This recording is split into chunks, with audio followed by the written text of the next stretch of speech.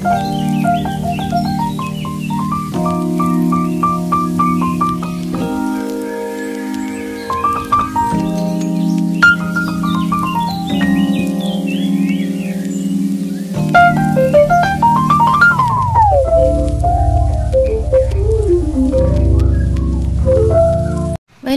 And welcome back to my channel Jhiliks diary. तो आमी monthly reset routine देखाबो जे भाद्र मास पड़े गेছে तो भाद्र मासे घर छाड़ते हैं बड़ोदेर काछ थेके शुनेছি। और सेटा कथा ना किछु किछु क्लिनिंग एमन आछे मासे एकबार अवश्यई करा उचित। तार मध्य एटा हच्छे सिलिंग फैनटा देखुन कत धुलो पड़े गेছে।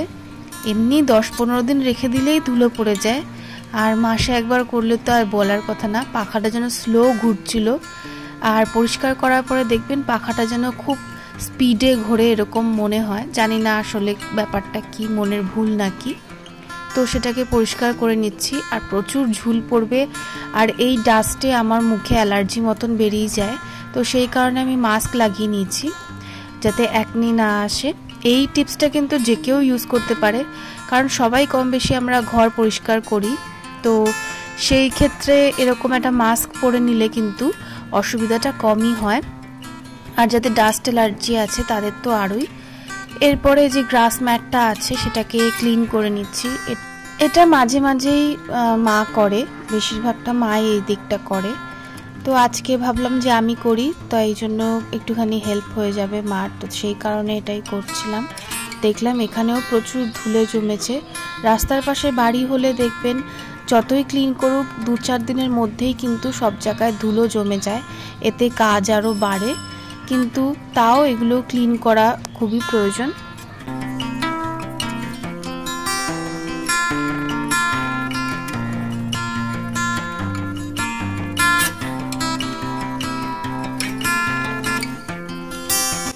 আর প্রচুর রোদ উঠছে এখন ইদানিং, একদম চিরবিরানি রোদ।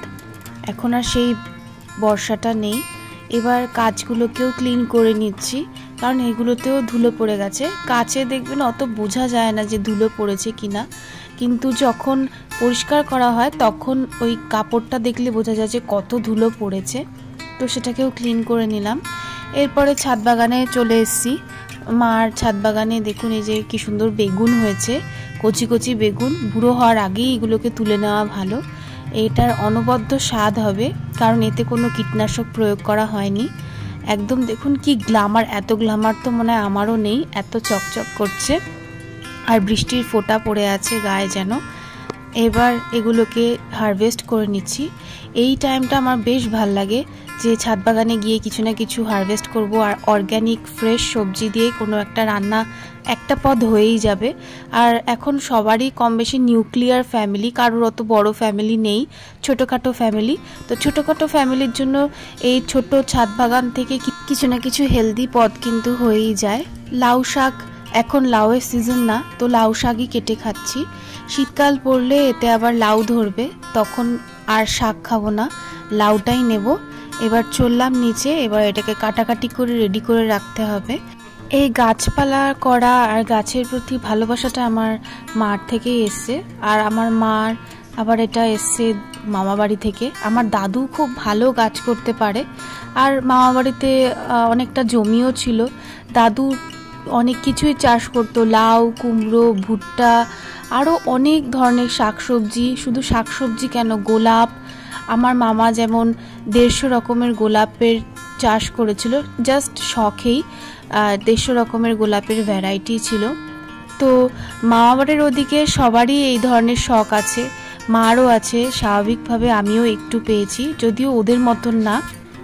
এবার বেগুনটা জাস্ট দেখে এত ভাল লাগছে, কাটতেই ইচ্ছা করছিল না। আর কেটে দেখলাম একদম কচি আর ফ্রেশ। আর এইগুলোতে কিন্তু যা গুণ আছে খাওয়ারের, অর্গানিক জিনিসের, সেটা কিন্তু অন্য বাজারজাত বা প্যাকেটজাত যে জিনিস আছে তাতে কিন্তু সেই গুণটা পাওয়া যায় না। আগেকার দিনের লোকরা এই জন্যই এত বেশি সুস্থ থাকতো। আর এখন দেখুন রোগভোগ কত বেড়ে গেছে। তো এবার এক এক করে রান্না শুরু হয়ে গেল। যদিও রান্না আমি খুব একটা পারি না, যা আমার খুব একটা ইন্টারেস্ট লাগে না রান্নাতে, কিন্তু চলার মতন, কাজ চলার মতন কোনো রকম আর কি করে নিই। বেশিরভাগ সময় মাই হেল্প করে, তো সেটা নিয়ে অসুবিধা হয় না। তো রেডি হয়ে গেছে।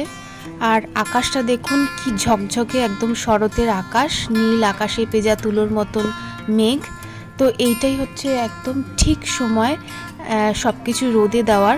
আলমারিতে অনেক নতুন শাড়ি আছে যেগুলো একদমই ভাঙা হয়নি, তো সেগুলো যাতে পোকায় না কাটে, তো সেগুলোকে এবার রোদে, এই চড়া রোদে দিয়ে দেব। এমনিতেও শুনেছি ভাদ্র মাসের রোদে এই বালিশ, তোশক, শাড়ি এগুলো দিতে হয়, আগে দেখতাম আমি, তো সেইটাকেই আমি এখন ফলো করছি। তো এই কটা শাড়ি আমি এনেছি, বাকি আরও আছে। একদিনে এতগুলো শাড়ি দেওয়া যাবে না, তো কিছু কিছু করেই এনেছি। তো আজকে কিছুটা, আবার পরে কখনো আরও কিছুটা আনবো। এই ছাদে চড়ারোতে কাজ করছি জন্যই আমি কিন্তু ফুল স্লিভ আর একদম নেক পর্যন্ত ঢাকা পরে এসছি। আর বাকি যে খোলা জায়গাগুলো আছে সেখানে আমি ভালো করে সানস্ক্রিন মেখে এসছি। কাজের মধ্যেও কিন্তু এই জিনিসটাকে একদম মাথায় রাখতে হবে, কারণ সূর্য খুব তাড়াতাড়ি আমাদের স্কিনে এজিং আনে। আর একবার স্কিন ড্যামেজ হয়ে গেলে, ট্যান পড়ে গেলে সেটা কিন্তু সারানো খুব দুষ্কর হয়। তার থেকে ভালো আগেই প্রোটেকশন নিয়ে নেওয়া, তো আমি সেটাই করেছি। এরপরে বালিশগুলোও নিয়ে আসলাম। এই বালিশেই কিন্তু আমরা প্রায় 7-8 ঘন্টা মাথা রেখে ঘুমাই। তো এই বালিশগুলো এরকম কড়া রোদে দিয়ে দিই, যাতে এই কড়া রোদে এই বালিশের যত ধুলো আছে ঝাড়লে চলে যায়, আর জীবাণুমুক্তও যেন হয়ে যায়। তো এরপরে আমি একটু ওয়ার্ড্রোবটা গুছাতে এসেছিলাম। এটা মাসে একবার সবারই করা উচিত। দেখুন ওয়ার্ড্রোবে কত জামা কাপড় এলোমেলো হয়ে আছে, শুধু এটা খুঁজে পায় না তো ওটা খুঁজে পায় না, এই করে করে দেখুন কিরম ঝপঝপ করে পড়ছে।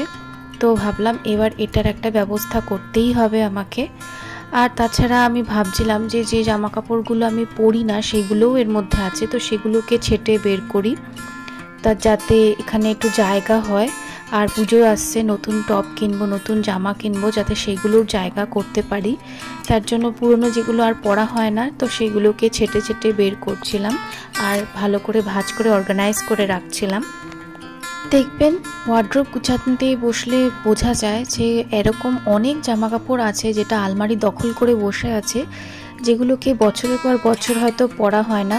তো আমি ভেবেছি এবার সেগুলোকে বের করে রাখবো, যদি অন্য কারুর কাজে লেগে যায় তো সেগুলোকে তাকে দিয়ে দেব।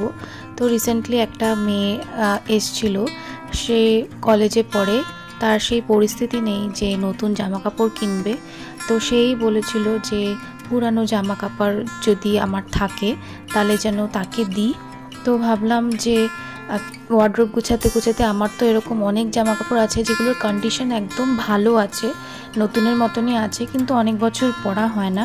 তো ভাবলাম সেইগুলোকে আমি দিয়ে দিই। বা আগে আমার ওয়েট বেশি ছিল, এখন ওয়েট লস হওয়ার পরে সেগুলো আমার ঢিলা হয়, তো অনেক এরকম জামা কাপড় আছে, তো সেগুলোও বের করেছি ছেটে, যাতে এইগুলো দিয়ে যদি অন্য কারুর ভালো হয় তো সেটা তো খুব ভালো কথা। তো তাই জন্য সেইগুলো করছিলাম। এখন দেখুন ওয়ার্ড্রোবটা কত খালি খালি লাগছে, যদিও এটা আমার জাস্ট 50% জামা কাপড়, বাকি জামা কাপড় আমার বাপের বাড়িতে আছে, ওয়াকিং ডিস্টেন্সে আমার বাপের বাড়ি। এই যে দেখুন এতগুলো জামা কাপড় বেরিয়েছে যেগুলো আমি পরি না, কিন্তু আলমারিতে জায়গা দখল করেছিল, তো সেগুলোকে ভালো করে অর্গানাইজ করে নিচ্ছি। যে মেয়েটা এসেছিল সাহায্য চাইতে, সে আমার থেকে বয়সে অনেকই কম, সে কলেজে পড়ছে, তার সাথে সাথে অন্য কাজ করে সংসারও চালাচ্ছে, খুবই হার্ড ওয়ার্কিং, আর এইটুকুনি বয়সে তাকে অনেক কিছু ফেস করতে হচ্ছে। তো সেগুলো দেখে ভাবি যে আমরা কত ছোটোখাটো ব্যাপার নিয়ে মন খারাপ করি, ছোটোখাটো ব্যাপারে আমাদের দুঃখ হয় কিছু না পাওয়া হলে, কিন্তু এর থেকেও কত খারাপ অবস্থায়, কত খারাপ পরিস্থিতি লোকে ফেস করছে। তো এগুলো দেখে মনে হয় কি আমি অনেক ব্লেসড, ভগবান আমাকে অনেক ভালোভাবে রেখেছে যে এরকম কিছু আমাকে ফেস করতে হচ্ছে না। অনেকের খাওয়ারেরও অভাব হয়, সেসব হচ্ছে না, থাকা খাওয়া সবই ঠিক আছে। তো যা কিছু পুরনো ছিল সেগুলোকে ভালো করে ভাঁজ করা হয়ে গেছে, এবার একটা ব্যাগের মধ্যে ভরে মেয়েটাকে দিয়ে দেব। তো আমি ওর ফেস বা ওর আইডেন্টিটি রিভিল করতে চাই না, তো তাই সেই কারণে আমি মেয়েটাকে ভিডিওতে নিইনি। তো সামনেই দুর্গা পুজো আসছে, তো ভাবলাম যে পুরনো জামা কাপড়ের সাথে সাথে যদি আমি আমার সামর্থ্য মতন কিছু নতুন ওকে দিতে পারি, তো তার জন্য আমি মিশো থেকে দুটো কম্বো অফারে টপ অর্ডার দিয়েছিলাম। সামনেই দুর্গাপুজো আসছে, নিজের জন্য তো কত কিছুই নতুন নতুন শপিং করা হবে, সব উইশ লিস্ট করে রেখেছি। তো ওই মেয়েটাকে শুধু পুরনো জামা কাপড় দেবো সেটা তো হয় না, ওরও তো দুর্গাপুজো, তাই নিজের সামর্থ্য মতন মিশো থেকে এই টপ দুটো অর্ডার করেছি ওর জন্য, যাতে ও কলেজ করতে পারে ভালো করে ডেইলি ওয়্যারের জন্য। নিজের সামর্থ্য মতন, আমি কোনো রোজগার করি না, আমি হাউস ওয়াইফ, তো যা পকেট মানি সেই সামর্থ্য মতন আমি করেছি। এই ভিডিওটা করার উদ্দেশ্যই এটা, আমরা যদি সবাই নিজের সামর্থ্য মতন কিছু কিছু করে কাউকে হেল্প করি, তাহলে দেখবেন আশপাশটা সবাই ভালো থাকবে, আর সেটাই আমাদের কাম্য। এদিকে ফ্লিপকার্ট থেকে গ্রসারি প্রোডাক্ট অর্ডার দিয়েছিলাম, যেটা আমি প্রত্যেক মাসেই কিছু কিছু অর্ডার দিয়ে থাকি, তো সেটাই চলে এসছে। বেশিরভাগটা লোকাল মার্কেট থেকেই নেওয়া হয়, কিন্তু কিছু কিছু জিনিস যেটা আমার ডায়েটের জন্য দরকার আর অর্গ্যানিক আমি ইউজ করি, তো সেইগুলো আমি ফ্লিপকার্ট থেকেই অর্ডার দিই। তো সেগুলোকেই এবার ভালো করে অর্গানাইজ করে রাখতে হবে, তো চেক করে নিচ্ছি সব ঠিকঠাক আছে কিনা।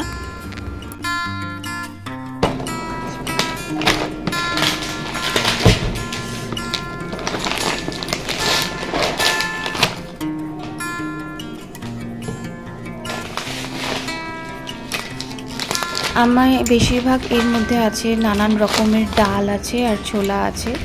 আমি নানান ধরনের ডাল এই জন্য অর্ডার দিই কারণ ডালে কিন্তু প্রচুর পরিমাণে প্রোটিন আছে, যেগুলো যেহেতু আমি প্রোটিন পাউডার ইনটেক করি না, তো আমি এইভাবেই প্রোটিনটাকে ইনটেক করি। ছোলা আছে, সেটাকে অঙ্কুর করে খাই, আপনারা দেখেছেন আমার ভিডিওতে, তো সেই কারণে এই জিনিসগুলো অর্ডার দেওয়া থাকে। গ্রসারিতে আমার এইগুলো মাস্ট থাকেই থাকে। সয়াবিনও থাকে, যেটা ভালো প্রোটিনের সোর্স। যে কোনো খাওয়ার জিনিস গ্লাস জারে রাখা খুব ভালো। তো মা এটা অর্ডার দিয়েছিল রিসেন্টলি অনলাইন, 6টা গ্লাস জারের সেট। এটা ভালো কম্বো প্যাকে পাওয়া গেছিলো। এটার একটা শর্টসও আপলোড করা আছে, চাইলে চেক আউট করতে পারেন।